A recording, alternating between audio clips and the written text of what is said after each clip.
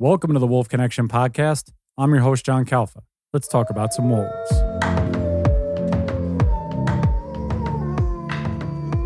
Really excited to have on the podcast today. She is with the Western Landowners Alliance, and she's the Working Wild Challenge Coordinator, which is a little bit of a mouthful. But Alex Few, who was recommended to us from Sarah Michael, who was in Idaho. And so, yeah, Alex, really interested to get to talk to you today about what the WLA does. So how are you doing? I know you're in Wyoming right now currently, correct?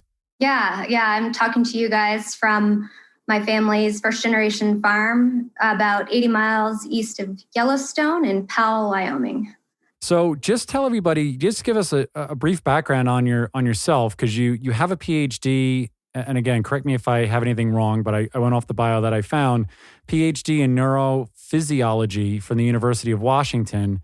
So were you always intent on staying in the West and doing this sort of work? What was sort of the move after your collegiate studies to get involved here? Yeah, well, I've always been deeply passionate about biology. And so I moved to Seattle to start a PhD at the Department of Pharmacology at the University of Washington. And I think it was probably the first weekend after the first week of graduate school, I went with a bunch of folks who were all new to Seattle, and we went into the north entrance of Mount Rainier National Park. We hiked up Mount Ruth and looked over onto the Emmons Glacier. And I, being a girl who grew up just outside of Houston, Texas, was amazed. It was just a wild scene like I had never experienced before. And I think it was really that passion for wild places that grew during my PhD. I literally sat in a room by myself, pipetting and looking into a microscope, and out the window, I could see Mount Rainier. And, my soul was being called. So after grad school, I took a little bit of time to figure out what was next. And I knew that I wanted to live in a small town, be in the mountains, and do science. But it took me a while to figure out how to make all of that work together. I started volunteering for USGS, doing veg surveys on areas that were treated with prescribed fire to enhance bighorn sheep winter range. And it was through that work that I met who would then be my boss, Dr. Tom Stevenson at California Department of Fish and Wildlife. And after starting as a field tech there, I became the bighorn sheep biologist on the recovery program for Sierra Nevada bighorn sheep at California Department of Fish and Wildlife. And that was about the most perfect job for me at the time. I did a lot of ground surveys, so I spent summers backpacking the High Sierra. And being an avid rock climber, that was a bit of a dream come true. And I also spent a lot of time coordinating. And so during the 6 years that I was there, we captured about 600 bighorn sheep and reintroduced that federally endangered population into 4 new areas of historic habitat. So the major threat to recovery of that population of bighorn sheep was mountain lion predation and disease. And the disease threat is from domestic sheep primarily. And so I got to work with some landowners and really understand the consequences of conservation at the intersection of wildlife and working lands management. And I really came to appreciate the value of the relationships at that intersection and working closely with people from all backgrounds to find solutions that work for everyone. Yeah, Steven loves hiking too, so you guys have that in common for sure. He loves taking those big those big trips, especially in the Sierra. That's my favorite place on earth. Yeah, it's a pretty spectacular landscape. Yeah, where were you? I'm totally just curious. Where was your base in the Sierra to study bighorn? Was it Lone Pine or Bishop, California? Bishop, yeah, it's a little bit further. But we went all the way down to Lone Pine and monitored the Mount Langley herd there pretty regularly. That place is cool. Yeah, the ranch that herd frequented on, I used to stay there all the time. That was like my second home. Is that at one of the hairpin turns up at Horseshoe? The road to Horseshoe. Yeah, Horseshoe. No way. Julie is like, I frequent in there like every few months for 6 or 7, maybe 8 years. Yeah, that's cool. Yeah. They've got a really special spot there. That was awesome. Anyways, go ahead, John. No, that's fine. But so clearly you had a calling, like you said, to be out in the West and work with whatever animals that you were working with at the time. And so you clearly moved into this intersection, as you just mentioned, between the ranch owners and the conservation part of it. Was there another period before you got to the Western Landowners Alliance, or was that a seamless transition from your work with bighorn sheep, or was there a little bit of a gap in between there? Yeah, so I moved north and started working for USDA Wildlife Services in Montana and Idaho, mostly in Montana. And the Montana State Director had started hosting what I think they were calling at the time non-lethal workshops. And that was really through, a relationship that was growing between the state director there and Zach Strong, who at the time was at NRDC, Natural Resources Defense Council. And so I moved up there, saw that relationship, and really saw an opportunity. And I actually think it was a public comment letter from Aaron Edge at Defenders of Wildlife that, showed that to me that there was more interest in working within the agency to increase delivery of conflict reduction tools to landowners. That really helped me, propose that we hire a conflict reduction specialist, conflict prevention specialist with cooperative funding from NGOs, Unlikely Allies for Wildlife Services. And through that cooperative funding, we were able to bring on the first conflict prevention specialist in 2018. And he started putting up fences and putting up turboflaggery projects. For those of you that are aware of turboflaggery, it's these red flags that are sewn onto electrified polywire. Wolves are afraid of that novel object in the environment, and so they tend to stay away. And if they come up and want to test the fence, that initial fear is reinforced by a shock to the nose. So Adam went out and was putting up turboflaggery projects and building electric fences to prevent grizzly bear depredations or grizzly bears getting into beehives, all sorts of things.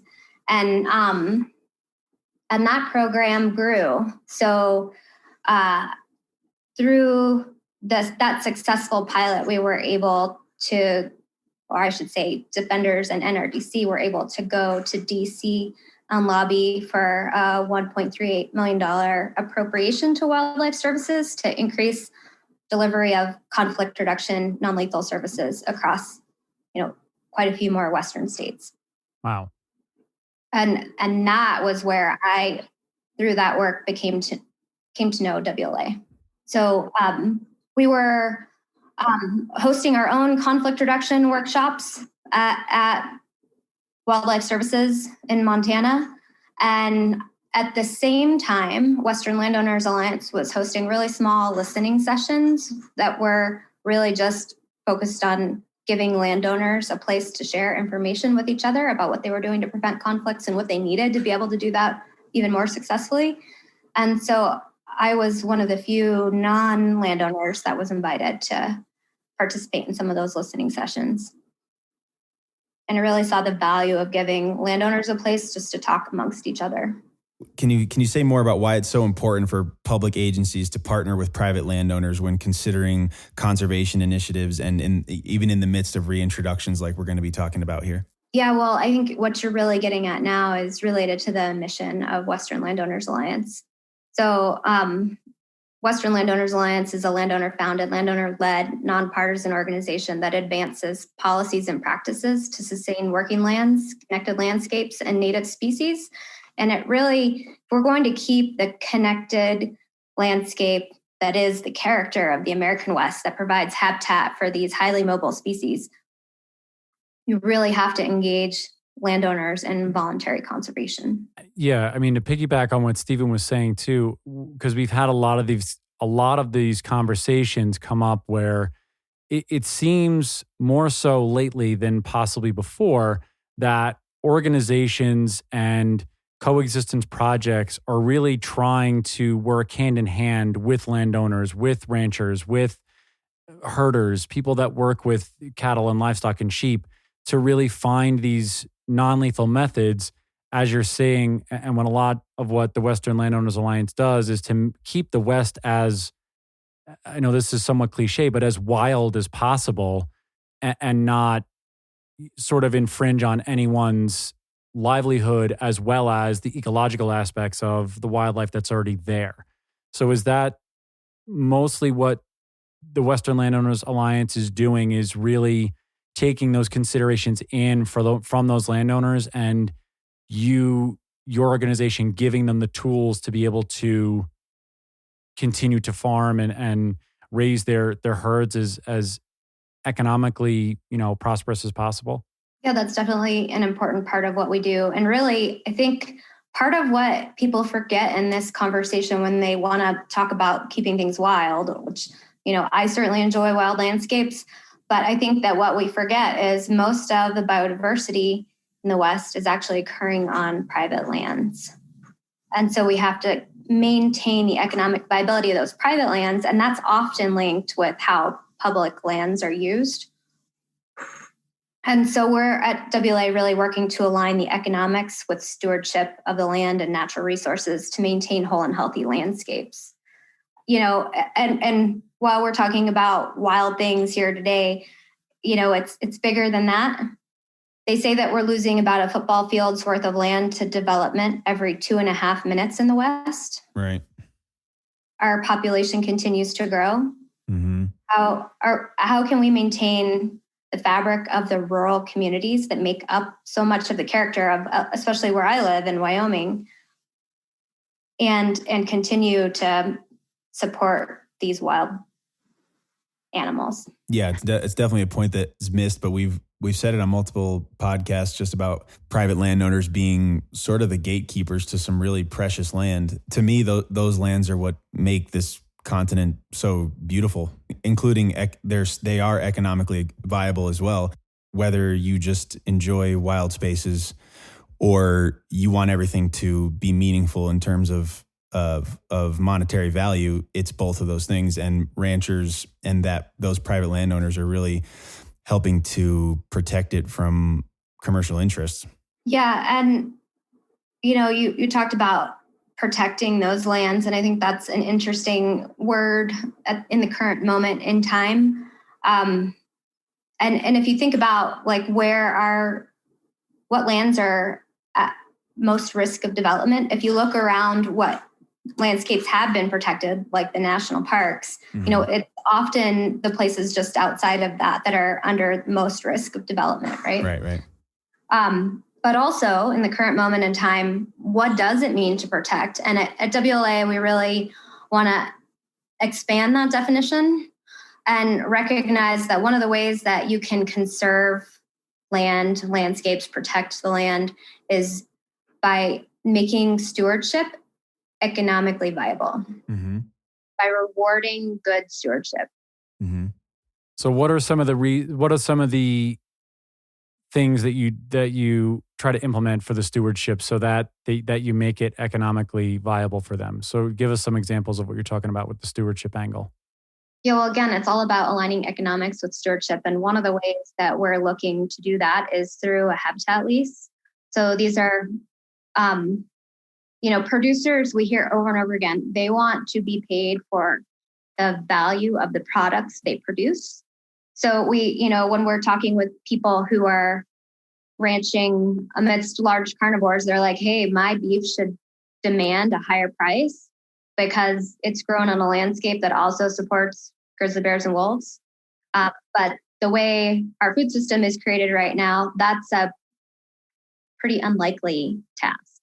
So, basically a pound of beef from the Northern Rockies costs the same as a pound of beef raised in Iowa. So we're looking at ways to add value for the products that landowners in these Western places are providing. And one of the values they're providing is habitat. So that's where the concept of a habitat lease comes in, right? So, and we're looking to do that through Farm Bill funding and also public-private partnerships. So basically what you're trying to do here is, and just getting back to the economics of it, is that this cattle, this beef is being raised in a more natural setting to a degree. And like you said, it has the dangers that come with it because you're really raising them on a more open terrain as opposed to in a farm in the middle of, let's say, Iowa, where you probably don't have the bear or the wolf problem or the coyote problem, or I don't want to say problem, but just the chance of that happening. Is there movement on that end to, like, is the beef better that's out in the Rockies, in Montana and Wyoming, in other words? Like, is that beef being more naturally produced or grown? You understand what I'm trying to get at? Is there a way that you can make that argument for it? Well, if you want to talk about that, then you should really chat with Fred Provenza. So he has done, spent his career looking at your body's ability to select foods that contain the biochemical components that you most need. Mm-hmm. And so we all have that ability, and cows have that ability too. And if they're given, a diverse forage base from which to select, then they can better support their own health. And cows raised with those kind of options, they live a better life. It does complicate some of the processes.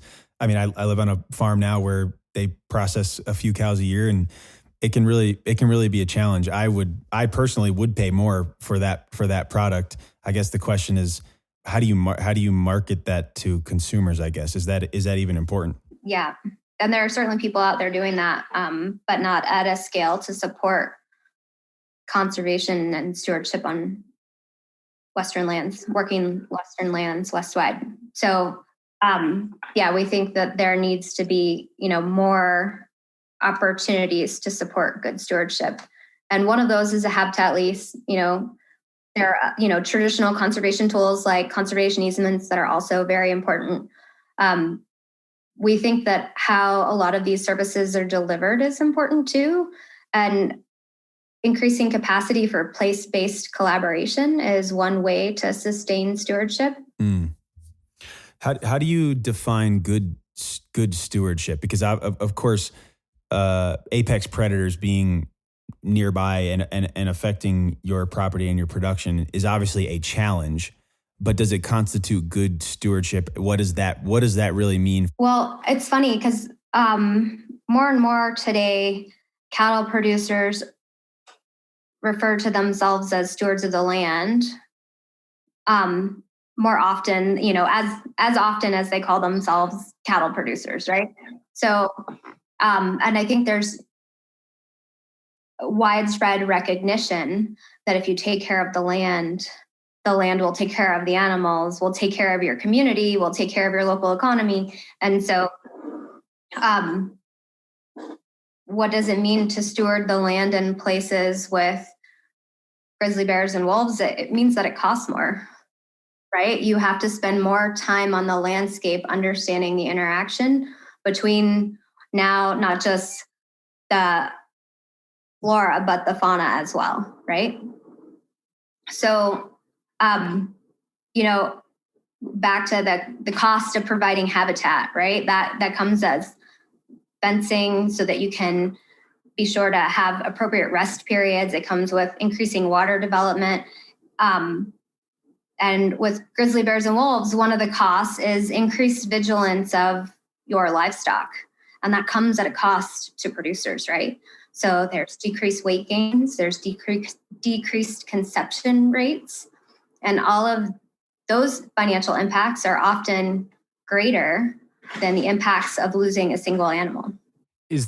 Are there any programs that the WLA is implementing, Stephen has spoken about this a couple of times with a few of our guests, and that we've heard shared on the podcast, that generationally they're trying to have the herd, the cattle or the cows act more like a natural herd, in that they can be left to roam, but if there is a perceived threat, they will huddle up around the young, the calves.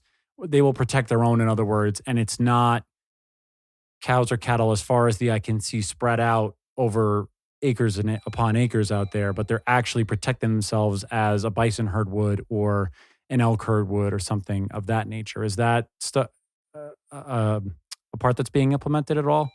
Yeah, that's an important strategy in some landscapes. I'm not sure that will work universally across all Western landscapes. We were just on a call earlier this week with folks down at working on the Mexican gray wolf recovery program. And there we heard they really are interested in understanding how range riding applies in that really arid landscape. And we're working with a producer there who's like, I can't do that. The water sources I have will not support large groups of cattle. Right? So all of these practices have to be adapted to the landscape in which they're implemented. There's no one practice that is going to work in all places at all times. And really, all of these tools have to be applied adaptively. And it really takes significant investment from the landowner to go out and experiment, figure out what works on their landscape. And then once they figure that out, how can they change it up so that wolves don't become habituated to those deterrents, right? So it's an adaptive management process.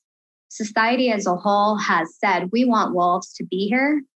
Many of these landowners, that wasn't a high priority for them, right? Many of them acknowledge that these animals have a place on the landscape and they're glad that they're here. But it wasn't necessarily their decision to bring them here. So how can we as a society distribute the costs that come from having these animals increase their range? Yeah. Do you see a lot of, because this is really fascinating to me. So do you have a lot of ranchers that, how does the process work to, and again, please correct me if I'm wrong in any way that I'm talking about the process. Do the landowners come to you all, the WLA, to want to be in this alliance? Is there a process to get in? Are there steps that need to be taken? Do you go out seeking landowners? How does it work to build this coalition of ranches and landowners to keep this unified front moving forward? Well, WLA was founded by landowners. They came together and saw a need to really work towards stewardship of private lands to maintain the connected landscape of the West. Our members represent over 15 million acres of leased and deeded working lands across the West. And generally, our members enjoy and value wildlife and support conservation, understanding that healthy landscapes and healthy economies go hand in hand. And so do we go out and actively recruit? I guess, yes, like any other NGO, we're always, looking to increase our membership. We have some really strong members and active allies in our work. And so we bring those folks together regularly in communities throughout the West and over the last year and a half on Zoom. Yeah, I know. We've had to do everything, from even further away, which is frustrating sometimes. So what is your role as the Working Wild Challenge coordinator? Is it similar to what you were describing about helping individual ranches figure out these coexistence strategies? Is there more to that position? What is your role? Because you've been there for a little over a year and a half from what we discussed before we started. So what's the role of your title, and how really your previous work in Montana and California prepared you for what you're doing now? Because you sort of led into that a little bit. Yeah, well, I think the work that I did before was not without its own controversy. So I really learned to navigate high conflict discussions by advocacy through inquiry. So I never, try to tell anybody what I think or really what anybody should do, right? Certainly not landowners that have a much more intimate connection with their particular landscape than I ever would. So, we really try to ask questions to help people for me to better understand their situation and then to help them better understand opportunities based on conversations with diverse stakeholders.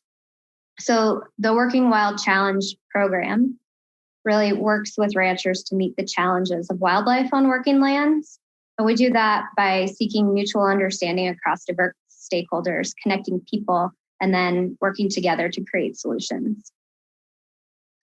Really, I think another way of saying this is that our work is to bring people together and hold space for our differences so that we can navigate through wild spaces and topics that come along with grizzly bears and wolves, or for that matter, migratory ungulates on working lands and together build stronger partnerships, more resilient ranches, and ultimately a more connected landscape. Because we're really dealing with interlocking problems that extend far beyond wildlife. So stewardship, economic inequity, the rural-urban divide are just a few of those, right? And the topics that we deal with are emotionally charged. And I think having experience operating in that environment is really important in this field. So whether you're talking about the loss of livestock or the loss of a grizzly bear, and the fear as intense as losing one's livelihood, we have to work knowing that these emotions are part of what make us whole. And to hold space for this, we really, in all the work that I do, practice something that Nikki Silvestri calls being with before doing, right? So you hold space by really being with the topic before you get to doing, right? And that helps people figure out common interests, helps people see what they have in common. And we're really, I think it was 2018 when I was working for Wildlife Services, I gave a talk and I said, I don't think coexistence here is the goal we're working towards, right? That word has become so loaded. It's in its strictest definition, it's quite simple, but today its meaning is far more complex.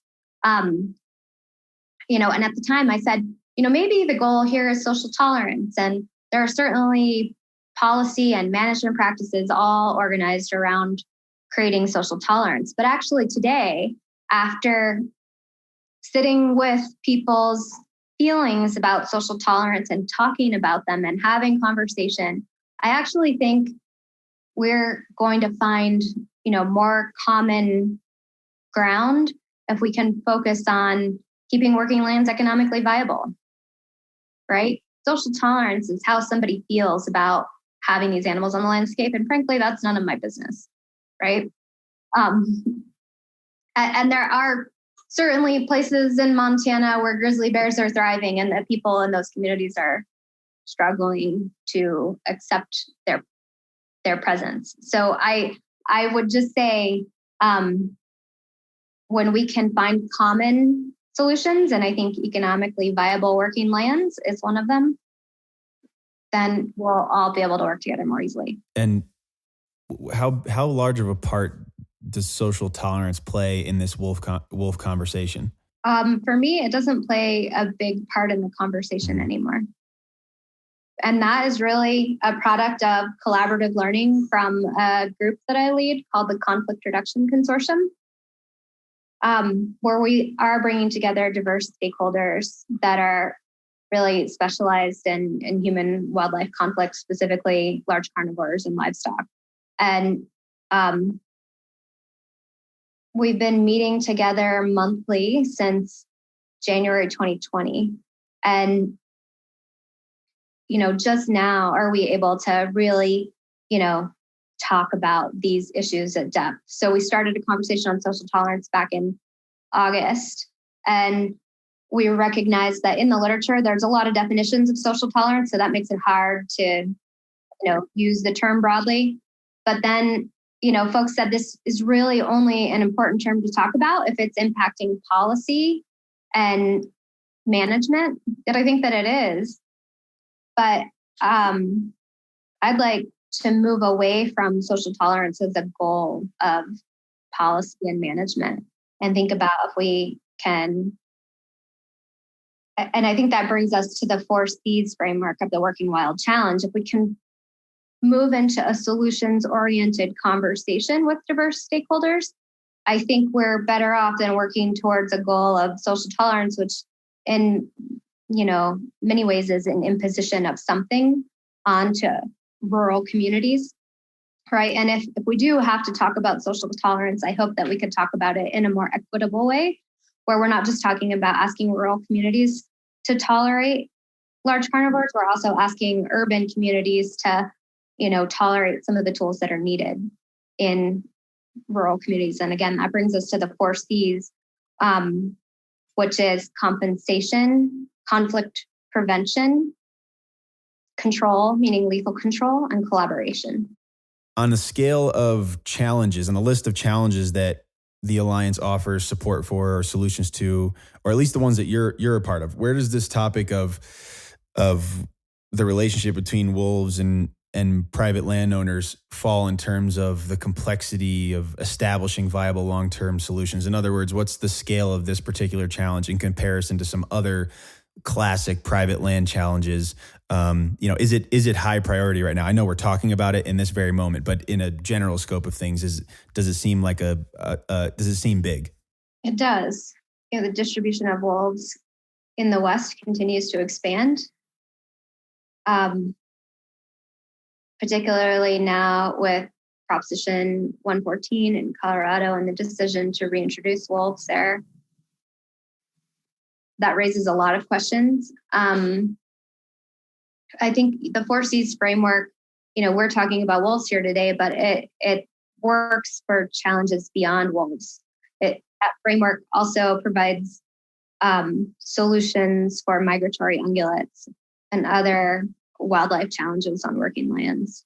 So, but I mean, if you're looking at the scope of stewardship related issues across the West, I think we have to mention drought and fire right now. Of course. Yeah. I mean, what are the impacts that are, especially now? I mean, we just had some record temperatures the last week or so, and obviously we're not even really in the throes of summer. What are some of those impacts that are having on the individuals that are in the Landowners Alliance at the moment? Yeah, well, I mean, if you think about it, one of the ranchers I work with pretty regularly, we asked him to come to a meeting in July, and he said, no, I absolutely cannot. There are 2 fires on my ranch right now, and it still hasn't rained. So if you're spending all of your time putting out fires and making sure that your cattle have water to drink and forage, because if it's, if you're in drought and there is no forage, then you're feeding, which is much more labor intensive. How can you ask people to take on the extra task of the 4 C's, right? Because each one of those C's takes more time from landowners. And yeah, it's such a multi-layered. I mean, again, this is I'm learning a lot from you right now about what's going on with all of these landowners and the ranchers and what they're dealing with on a fairly huge scale.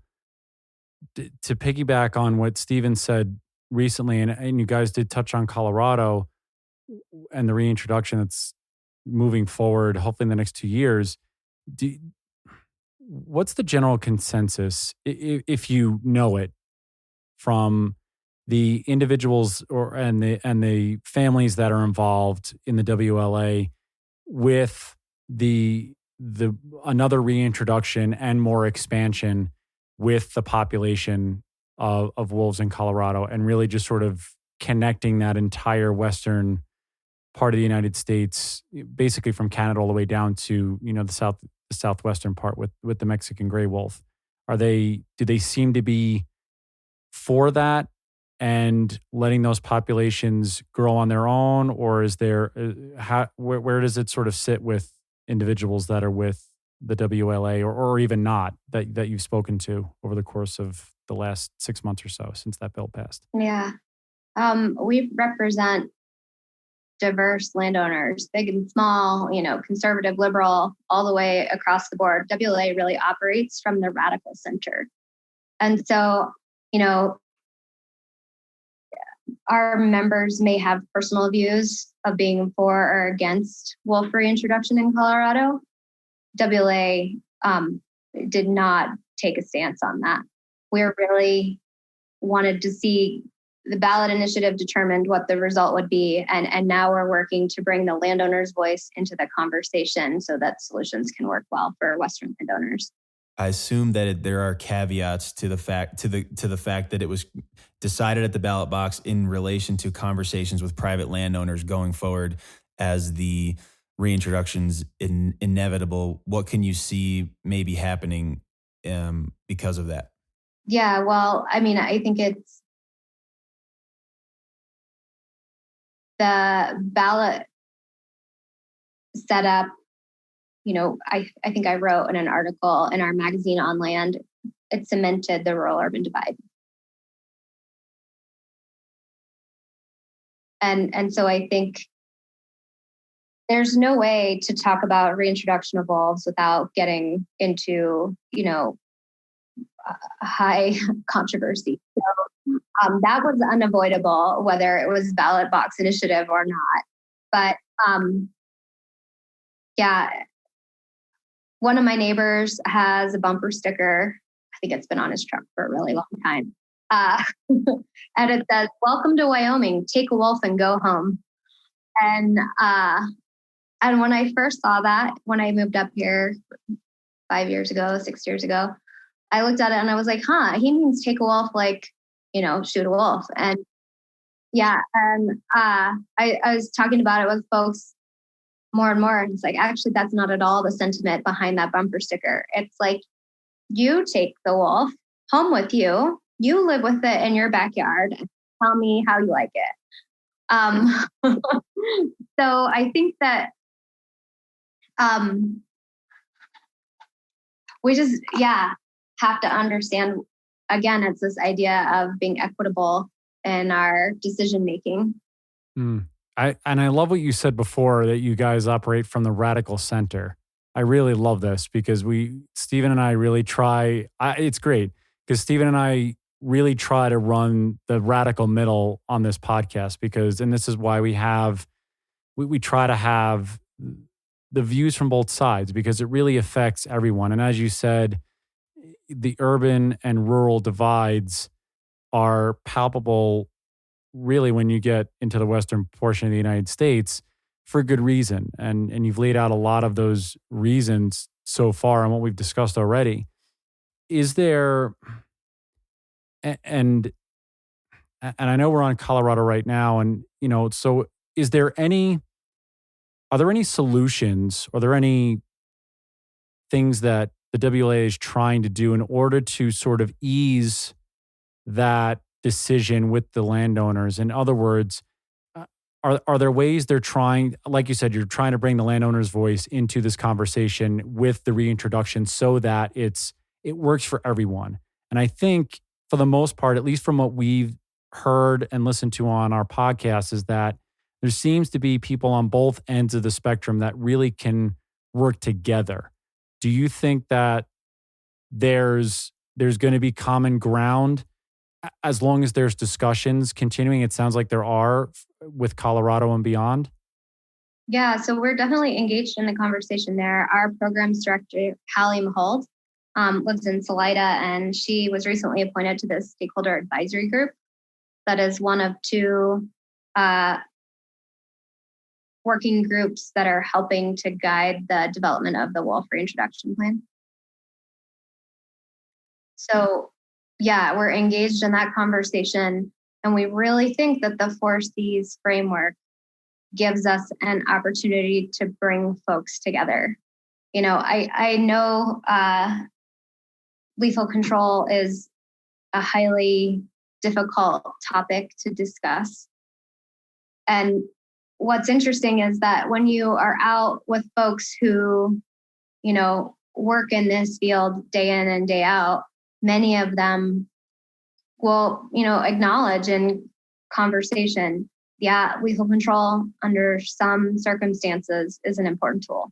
And probably all of the people that are willing to say that have very different circumstances under which they feel it's appropriate, but they acknowledge it has a place as one of the tools in the toolbox. Does the fact that the reintroduction is kind of a way out in front of us, does that help us? Does that help Colorado prepare for it, or inevitably is it just going to be a climate of the same issues that ranchers in other parts of the West are experiencing? Or does the gap between the decision and pause on the ground, as they call it, is that helpful to the conversation and to prepare and to get people ready for what's at this point I think is inevitable? Absolutely, I think so. Yes. Collaboration, one of the 4 C's, it's slow. And it takes time to build trust between stakeholders. And it takes the right mix of people and personalities to be willing to have those tough conversations. And you can't force that in a short period of time. No, it seems that everyone we've spoken to about, but particularly Colorado, is that because, like Stephen said, there is this gap, it's not as though the measure was passed, like you said, pause on the ground and say, 6 months. I mean, that's not really feasible anyway. So hopefully it gives everybody a chance to really step back and try and address many, if not, possibly not all, but many of the issues that could arise for both sides, so that you can have, because inevitably I would think, Alex, you want to have a strong coalition going forward from everywhere, so that it's not, so the urban-rural divide doesn't spread itself even more apart. You want it to sort of join together in some way, so that it's not, you don't want to have to bring people in and out of the conversations. You want everybody to initially have that thought, to think, oh, how will this affect my neighbor who's 30 miles away, who has a ranch, and then vice versa, right? Is that essentially what we're trying to get towards? Yeah, I think true collaboration is what, we hope there will be time for. And we hope the people that are selected to be on the technical working group and the stakeholder advisory group participate in the spirit of true collaboration, which is different than negotiation, right? And maybe it'll come down to that, but at least in the get-go, it would be really nice if people participated in the hopes of finding really radical center solutions. Yeah, absolutely. I mean, are there specific policy recommendations or regulations that the WLA is for? Because I was reading up on the website, which you guys have a ton of information, which is very valuable and very and really worth a look. And we'll get to promoting that towards the end.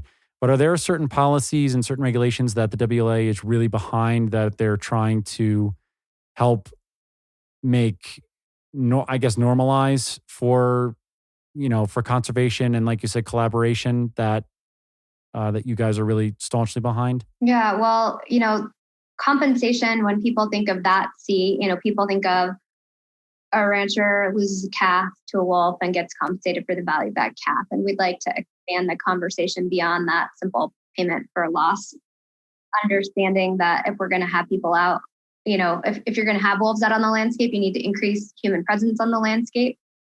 And that comes at a cost to the rancher right now. And so we think that the habitat lease is one of the solutions that can help round out that compensation piece. Similarly, under conflict reduction, we're working right now under a conservation innovation grant funded by NRCS to, it's a 3-year project that's really aimed at reducing predator conflicts on working lands. It's largely aimed at grizzly bears and wolves. or I should say bears and wolves. But it's basically looking to generate long-term funding for implementation of range riding, fencing, including turboflagery and carcass management through Farm Bill funding. So, that hits, those two C's, compensation and conflict reduction, knowing that conflict reduction efforts are adaptive and they take experimentation and time to perfect from the landowner. And we need to support landowners in having, the time on the land to be able to do that extra work. Are there new conflict reduction strategies being tested right now that you know of? Anything interesting that could potentially be coming up? Yeah. We're in this technology era, and ranchers are definitely looking to find technological solutions to this. And there are lots, including, flying drones over.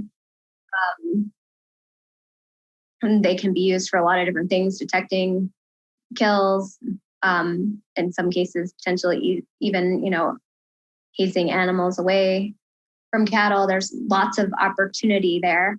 There are other folks that are looking at basically, can you congregate cattle by putting out an attractant for cattle? Is that a way you can group them? Like there are people putting ear tags on calves to provide real-time data about the environment and landscape which the calves are in, which would also act as a mortality sensor. So lots of solutions being developed right now. It's an exciting time to be in this field. Yeah, that's great. I mean, those are the things as you want the improvisation to happen and the progressiveness to happen, and also to make it, I would assume some of these are a little bit easier and possibly more cost effective than, as you would say, maybe hiring manpower for range riders or building fencing. I don't know what the cost benefit ratio is, but obviously that is factored into it. Hopefully these new technologies are a little bit maybe cheaper in the long run for these, landowners and part of the people that are there. I think that's important, and also important to think about the value that putting more eyes on the land adds, right? So that gives you more than just a potential reduction in wolf conflicts. It also gives you an opportunity to improve overall land management and stewardship on a place. And that type of conservation is really what we need to invest in across the West. There's not, we have not invested in that large scale as a society. What are some of the tools that you're trying to use in your toolbox to help push those conservation efforts forward? What are the things that WLA is trying to push, maybe on a state, federal level, if possible, to say that this conservation is twofold for the landscape itself, the wild landscape that's outside of the ranch or the farm, that also helps impact the ranch and the farm? So what are the conservation parts that you're really trying to push on the higher levels? Yeah. So, I think I just said something like we don't invest as much as we should in conservation. And so we think that 30 by 30 is an opportunity to reframe the way we think about conservation and reprioritize the way our society invests in stewardship and sustainable ecosystems. That being said, it's a big question mark of how 30 by 30 will go. There's lots of unanswered questions, right? So we need this to be place-based and locally led to ensure that any new resources end up going to the right place. And we have to really think about what does it mean to conserve 30% of our land. So, here in Wyoming, something like 50% of the land is publicly owned, federally owned. So, my neighbors ask questions like, well, what does 30 by 30 mean for us then? Haven't we met 30% for the state of Wyoming, and 50% of the land is already protected by the federal government? And so how we answer that question will be really important. And we hope that the administration will continue to see the voluntary conservation efforts of landowners as part of what it means to be protected or conserved under 30 by 30. Yeah, it seems like if you have this buy-in from individuals and groups like the WLA, it almost makes it easier you would think it would make it more sensible for someone at a state or federal level to say the people themselves are doing the work. They're already starting this conservation effort, this compensation effort. Why can't we give them that next boost to make this work seamlessly and give them the funding they need? Right. So one of the things WLA does is we look across the West and we find out where stewardship is working, and we figure out how to direct, how to make that more widespread, how to direct funding to those efforts. Right. Man, you guys do a ton of amazing work. Just from your perspective, what Stephen, if you have something, let me know. For the future of the West, especially, I mean, I'll just hit Idaho, Montana, Wyoming, and it can be, a simple answer. How do you feel the future looks or holds for, and I guess we can throw Colorado in there now, for the WLA and its relationship with the predators on the landscape, the bears, the wolves, the coyotes, things like that? Do you see the future moving in this? Because it seems like the WLA has good energy behind it and good individuals such as yourselves working for it. Do you think this will continue to gain positive steam and continue to have these coexistence measures work, or do you feel that there may be roadblocks in the years ahead? Yeah, that's an important question. I think first in the conversation around, the new legislation in Idaho and Montana, it's important to recognize that large carnivore conservation across the West has been a resounding success with, increases in both the abundance and distribution of large carnivores broadly, right? Whether you're talking about mountain lions, wolves, bears, black bears. And I think, it's interesting to think about why there's been this pendulum swing in Idaho and Montana. And really, are they enacting legislation because of expectations that were set by the recovery plan for wolves, right? So, there's this minimum criteria of 15 breeding pairs and 150 wolves. And when the population exceeds that by an order of magnitude, are people left feeling like their expectations have not been met? And so, as I look to Colorado, I think that how they define their population objectives for wolves will be really important. And, I would hate to see one of the things that is happening that is a real challenge is that through ESA, through the continued listing of grizzly bears, we're really losing trust in ESA. And so, I think some of the legislation is in part a reaction to that. And we really hope that, again, operating from the radical center and using a 4Cs framework, which is compensation, conflict prevention, control, and collaboration, that you can find the right balance within a state or a community. I love that. My last question for you, Alex, before we just promote the website that you guys have and everything else you want to do, is when you hear the word wolf, what is the thing that comes to your mind? That's so complicated now. I think when I lived in California and I heard wolf, I had this vision of really wild places and just this, Yellowstone and this wild landscape. And today I hear wolves and it brings up lots of difficult feelings for me, right? Respect for the animal, respect for the people who are sharing the landscape with the animal. I care for animals broadly. I don't like to see a calf killed, right? Any more than I like to see, any animal killed. But that being said, like, my husband's an avid hunter, and I understand the value of, we eat a lot of elk, and it's great. It feels like a really valuable food source for my family. So yeah, it's just so complex and nuanced. And my wish was that, more people would hold space to find the nuance in the conversation. Yeah, common ground. I love that.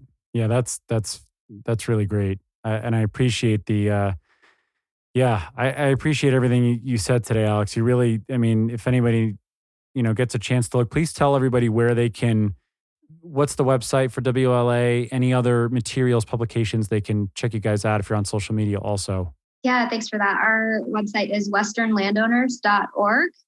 And you can learn more about the Working Wild Challenge program, our Women in Ranching program. More about our policy work is all available on the website. Yeah. And if you look them up on YouTube, I watched a few of those videos today, including the 30 by 30 that Alex mentioned. There's a few good videos on there. You should look it up. Thanks, you guys. Yeah, no, absolutely. Alex, this was great. Thank you for all the information. And please, welcome back anytime. If there's anything that's happening at WLA that you want to get out there, you have an open forum here with Stephen and myself. So please don't feel bashful to reach out to us. Thanks a lot. I appreciate it.